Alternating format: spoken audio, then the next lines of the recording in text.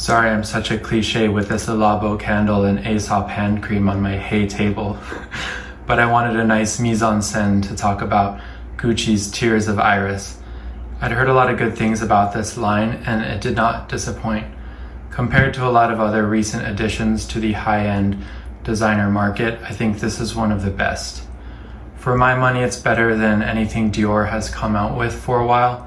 It's definitely better from anything in the Louis Vuitton range.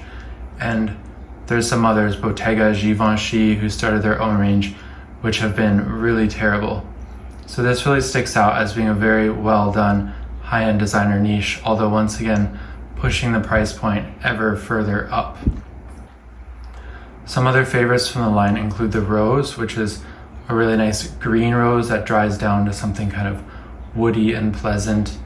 Hortus Sanitatis is fantastic and I think will be my next purchase. Feels a little bit more like a cooler weather fragrance, so I'm just waiting for things to cool off before going for that one.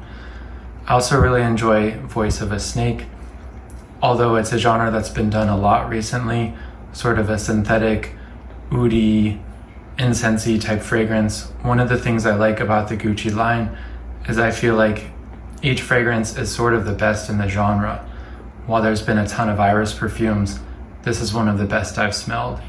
While there's been a ton of rose perfumes, the rose kind of hits it just right. Not too green, not too jammy, not too sweet. All of these seem to be just perfectly calibrated, but yet never boring or generic smelling. The iris starts with the most wonderful blast of a cool, rooty, earthy iris. I wish this part stuck around a bit longer, but I suppose beauty is always fleeting. The majority of the wear of this are these soft, cloud-like, pillowy musks. Now it never goes to clean, white laundry musk territory, thankfully, but the iris in it keeps it powdery and creamy and gentle feeling. These fragrances have such a sense of texture. I really feel like this is three-dimensional, almost like I can sort of taste or somehow feel the sort of cloud-like cotton ball almost feeling that this fragrance gives me. Longevity is fantastic. While the kind of irisy burst at the beginning quickly fades, the soft, cloudy, powdery muskiness lasts easily 12 or more hours. The weather hasn't really been great for this kind of perfume, but I've been wearing it a lot at night, and it's a fantastic comfort scent. It's been raining for the past few days, and this cool, rainy weather makes me crave iris, so I've been wearing this several days recently and decided it's time to finally give it a little bit of a review.